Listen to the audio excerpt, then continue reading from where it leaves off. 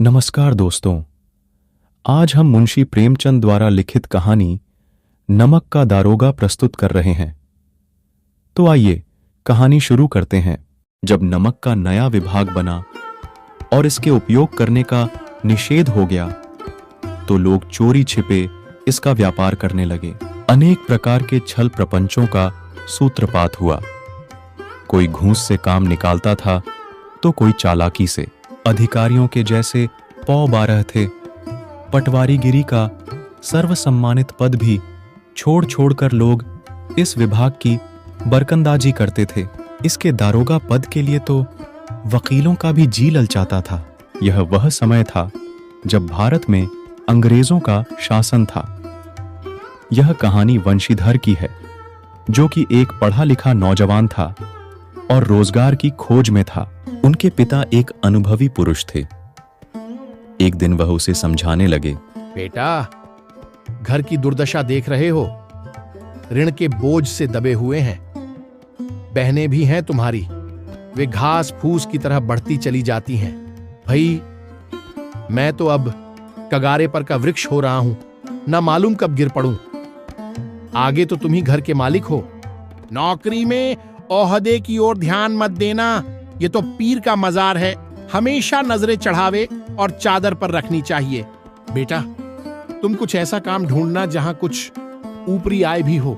मासिक वेतन तो पूर्णमासी का चांद है, जो एक दिन दिखाई देता है और घटते घटते लुप्त हो जाता है।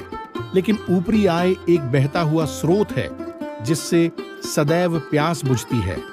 वेतन तो मनुष्य देता है, इसी वजह से उसमें वृद्धि नहीं होती, लेकिन ऊपरी आमदनी ईश्वर देता है, इसी से उसमें बरकत होती है। ऊपरी कमाई में विवेक की बड़ी आवश्यकता है। पहले व्यक्ति को देखो, फिर उसकी आवश्यकता को देखो और फिर अवसर को देखो। उसके उपरांत ही जितना उचित लगे चढ़ावा मांगो। गरज वाले आदमी के साथ कठोरता करने में लाभ ही लाभ है, लेकिन बिना गरज वाले को दांव पर पाना जरा कठिन है। मेरी इन बातों को गांठ में बांध लो, यह मेरी जीवन भर की कमाई है। फिर तुम स्वयं शिक्षित हो, अब और तुम्हें क्या समझाऊं। इस उपदेश के बाद पिताजी ने आशीर्वाद दिया। वंशीधर एक आज्ञाकारी पुत्र था। उसने बातें ध्यान से सुनी और तब घर से निकला। वंशीधर के लिए इस विस्तृत संसार में धैर्य, बुद्धि और आत्मावलंबन ही सब कुछ था। ईश्वर की कृपा से वह जल्द ही नमक विभाग के दारोगा पद पर प्रतिष्ठित हो गया। वेतन अच्छा और ऊपरी आय का तो ठिकाना ही न था। पिता तो खुशी से फूले न समाते थे। जाड़े के दिन थे और रात का समय। नमक के सिपाही नशे में मस्त थे। वंशीधर को यहां आए अभी 6 महीनों से अधिक न हुए थे, लेकिन इस थोड़े समय में ही उसने अपनी कार्यकुशलता और उत्तम आचार से अफसरों को मोहित कर लिया था। नमक के दफ्तर से 1 मील पूर्व की ओर जमुना बहती थी। उस पर एक छोटा पुल बना हुआ था। अपने दारोगा जी किवाड़ बंद किए मीठी नींद सो रहे थे कि अचानक आंखें खुली तो गाड़ियों की गड़गड़ाहट सुनाई दी और वह उठ बैठे। इतनी रात गए, गाड़ियां क्यों नदी के पार जाती हैं? अवश्य कुछ न कुछ गोलमाल है। पुष्टि करने के लिए वो पुल पर आ पहुंचे। गाड़ियों की एक लंबी कतार पुल के पार जाती देखी तो पूछा, किसकी गाड़ियां हैं ये सारी? थोड़ी देर तक सन्नाटा रहा। आदमियों में कुछ कानाफूसी हुई। तब आगे वाले ने कहा, जी पंडित अलोपी दीन की। कौन पंडित अलोपी दीन? उनमें से एक ने जवाब दिया, जी वो दातागंज वाले। वंशीधर चौंका, क्योंकि पंडित अलोपी दीन उस इलाके के सबसे प्रतिष्ठित जमींदार थे। लाखों रुपए का लेन देन करते थे। इधर छोटे से बड़े कौन ऐसे थे जो उनके ऋणी न हो। व्यापार भी बड़ा लंबा चौड़ा था। बड़े चलते पुर्जे आदमी थे। अंग्रेज अफसर उनके इलाके में शिकार खेलने आते और उनके मेहमान होते थे। वंशीधर ने पूछा, ये सारी गाड़ियां कहाँ के लिए जा रही हैं? उत्तर मिला कानपुर। लेकिन इस प्रश्न पर कि इनमें क्या है, सन्नाटा छा गया। दारोगा साहब का संदेह और भी बढ़ा। कुछ देर तक उत्तर की बांट देखकर वह जोर से बोले, क्या तुम सब के सब गूंगे हो गए हो? हम पूछते हैं इनमें क्या लदा है। जब इस बार भी कोई उत्तर न मिला तो उसने जाकर एक गाड़ी के बोरे को टटोला। भ्रम दूर हो गया। आखिर यह नमक के ढेले ही थे। तब कई गाड़ीवानों ने घबराए हुए जाकर पंडित अलोपी दीन को जगाया और बताया कि दारोगा ने गाड़ियां रोक दी हैं और घाट पर खड़े आपको बुलाते हैं। पंडित अलोपी दीन का लक्ष्मी जी पर अखंड विश्वास था। वह कहा करते थे कि संसार का तो कहना ही क्या, स्वर्ग में भी लक्ष्मी का ही राज्य है। न्याय और नीति सब लक्ष्मी के ही खिलौने हैं। इन्हें वह जैसे चाहती हैं नचाती हैं। लेटे ही लेटे गर्व से बोले, चलो हम आते हैं। पंडित अलोपी दीन अपने सजीले रथ पर सवार कुछ सोते कुछ जागते चले आते थे। फिर पंडित जी ने बड़ी निश्चिंतता के साथ पान के बीड़े लगाकर खाए। फिर लिहाफ ओढ़े हुए दारोगा के पास आकर बोले, बाबूजी आशीर्वाद। कहिए, हमसे ऐसा कौन सा अपराध हुआ कि गाड़ियां रोक दी गईं? हम ब्राह्मणों पर तो आपकी कृपा दृष्टि रहनी चाहिए। वंशीधर बोले, ये सरकारी हुक्म है और आपको मानना पड़ेगा। लेकिन दारोगा जी, हमारे सरकार तो आप ही हैं। अब हमारा और आपका तो घर का मामला है। हम कभी आपसे बाहर हो सकते हैं भला? आपने तो व्यर्थ का कष्ट उठाया। यह हो ही नहीं सकता कि हम इधर से जाएं और इस घाट के देवता को भेंट न चढ़ावें। मैं तो आपकी सेवा में स्वयं ही आ रहा था। वंशीधर पर उसके ऐश्वर्य एवं पेशगी का कुछ प्रभाव न पड़ा। ईमानदारी की नई उमंग थी। वह बोला, हम उन नमक हरामों में नहीं हैं जो कौड़ियों पर अपना ईमान बेचते फिरते हैं। आप इस समय हिरासत में लिए जाते हैं। आपका कायदे के अनुसार चालान होगा। बस मुझे अधिक बातों की फुर्सत नहीं है। पंडित अलोपी दीन बिल्कुल स्तंभित हो गए। उनके जीवन में कदाचित यह पहला ही अवसर था जब उन्हें ऐसी कठोर बातें सुननी पड़ी हों। पंडित जी ने धर्म के आगे किसी को धन का ऐसा निरादर करते कभी न देखा था। मन में विचार किया, फिर बहुत दीन भाव से बोले, बाबू साहब, ऐसा जुल्म न कीजिए। हम मिट जाएंगे। इज्जत धूल में मिल जाएगी। हमारा अपमान करने से भला आपके हाथ क्या आएगा? लेकिन वंशीधर ने कहा, हम ऐसी बातें नहीं सुनना चाहते। अलोपी दीन ने जिस धन के सहारे को चट्टान समझ रखा था, वह पैरों के नीचे खिसकता हुआ मालूम हुआ। उनके स्वाभिमान को कड़ी चोट लगी। किंतु अभी तक धन की शक्ति का पूरा भरोसा था। अपने मुनीम से बोले, लाला जी, 1000 के नोट बाबू साहब को भेंट करो। आप मुझे मेरे धर्म के मार्ग से नहीं हटा सकते। अब धर्म और धन दोनों शक्तियों में संग्राम होने लगा। धन ने उछल उछल कर आक्रमण करने शुरू किए। 1 से 5, 5 से 10, 10 से 15 और 15 से 20,000 तक नौबत पहुंची। किंतु धर्म धन के आगे पर्वत की भांति अटल अविचलित खड़ा था।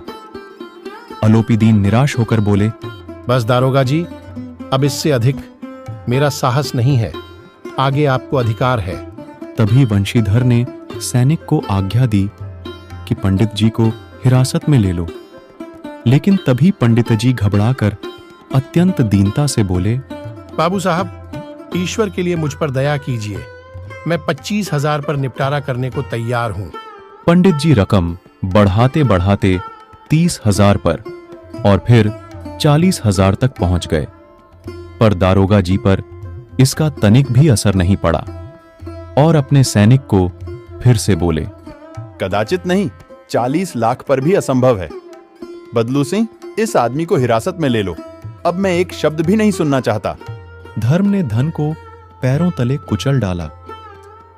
अलोपी दीन ने एक हृष्ट पुष्ट मनुष्य को हथकड़ियां लिए हुए अपनी तरफ आते देखा। चारों ओर निराश और कातर दृष्टि से देखने लगे। इसके बाद मूर्छित होकर गिर पड़े।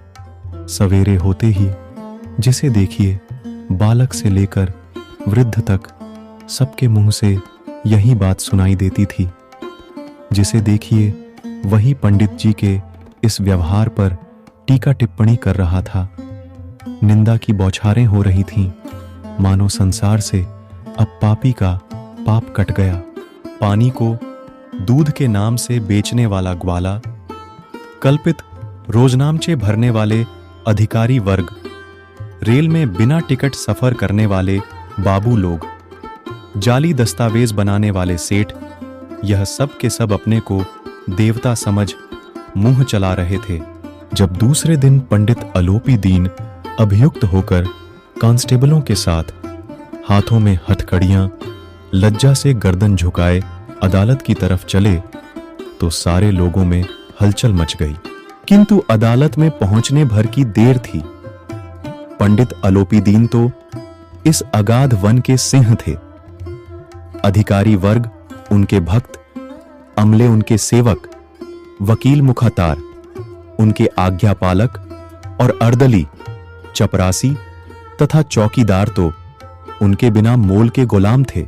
उन्हें देखते ही सभी लोग विस्मित हो रहे थे। इसलिए नहीं कि अलोपी दीन ने यह कर्म किया, बल्कि यह जानने को कि वह ऐसा मनुष्य जिसके पास असाध्य साधन करने वाला धन और अनन्य वाचालता हो, वह कैसे कानून के पंजे में कैसे आए।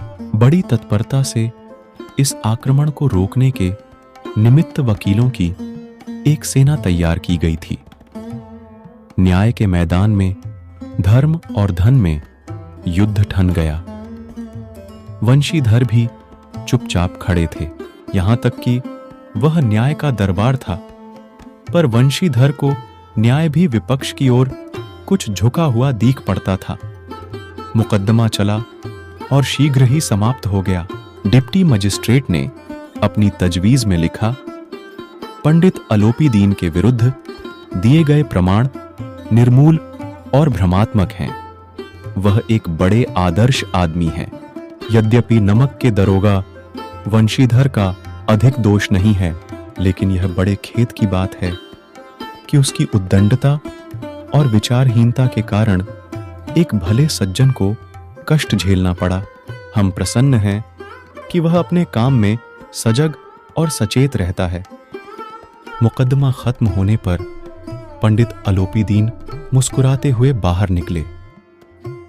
फिर जब वंशीधर बाहर निकले तो चारों ओर से उनके ऊपर व्यंग्य बाणों की वर्षा होने लगी। कदाचित इस मुकदमे में सफल होकर वह इस तरह अकड़ते हुए न चलता, पर आज उसे संसार का एक खेदजनक विचित्र अनुभव हुआ। वंशीधर ने धन से बैर मोल लिया था, उसका मूल्य चुकाना ही था। कठिनता से 1 सप्ताह बीता होगा कि मुअत्तली का परवाना आ पहुंचा। कार्यपरायणता का दंड मिला। बेचारे शोक और खेद से व्यथित घर को चले। जब वंशीधर इस दुरावस्था में घर पहुंचे और बूढ़े पिताजी ने समाचार सुना तो सिर पीट लिया और बोले, जी चाहता है कि तुम्हारा और अपना सिर फोड़ लूं। कितना समझाया था, लेकिन इसने एक ना सुनी। हमने भी नौकरी की है, पर ये साहबजादे ईमानदार बनने चले थे। पढ़ना लिखना सब बेकार हो गया। वृद्ध माता को भी दुख हुआ। जगन्नाथ और रामेश्वरम यात्रा की कामनाएं मिट्टी में मिल गईं।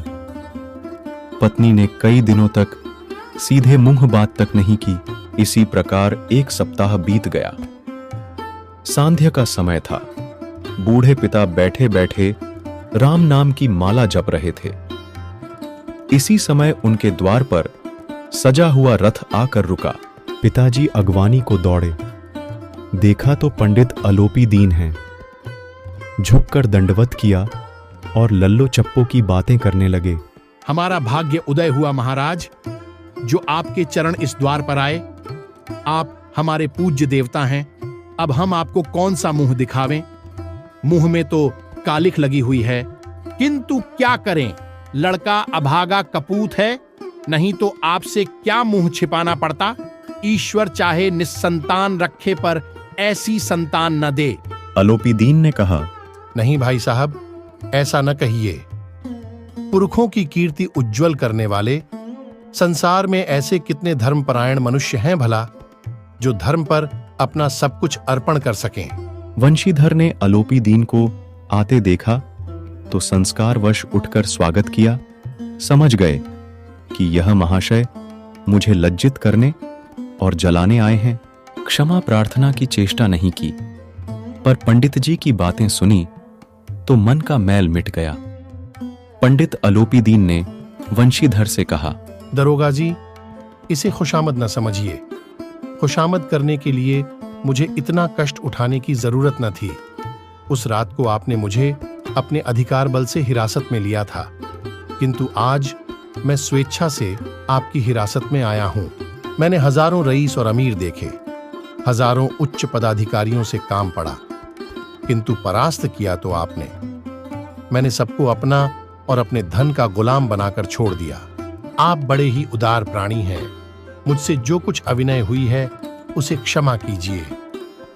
नदी तट पर आपने मेरी प्रार्थना नहीं स्वीकार की थी, किंतु आज स्वीकार करनी पड़ेगी। वंशीधर बोले, मैं भला किस योग्य हूं?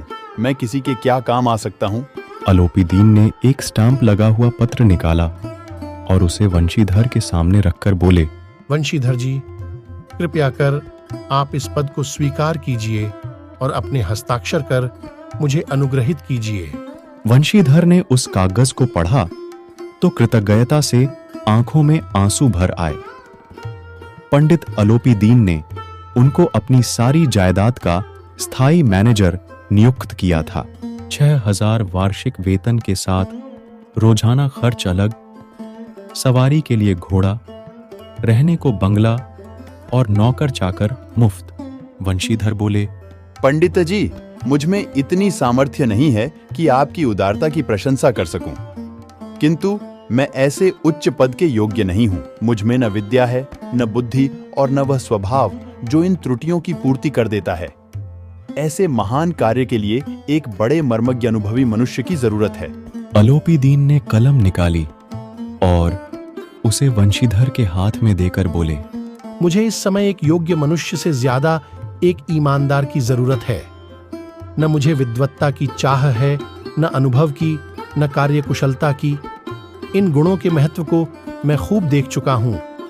अब सौभाग्य और सुअवसर ने मुझे वह मोती दे दिया जिसके सामने योग्यता और विद्वत्ता की चमक फीकी पड़ जाती है। अब आप कृपा कर दस्तखत कर दीजिए।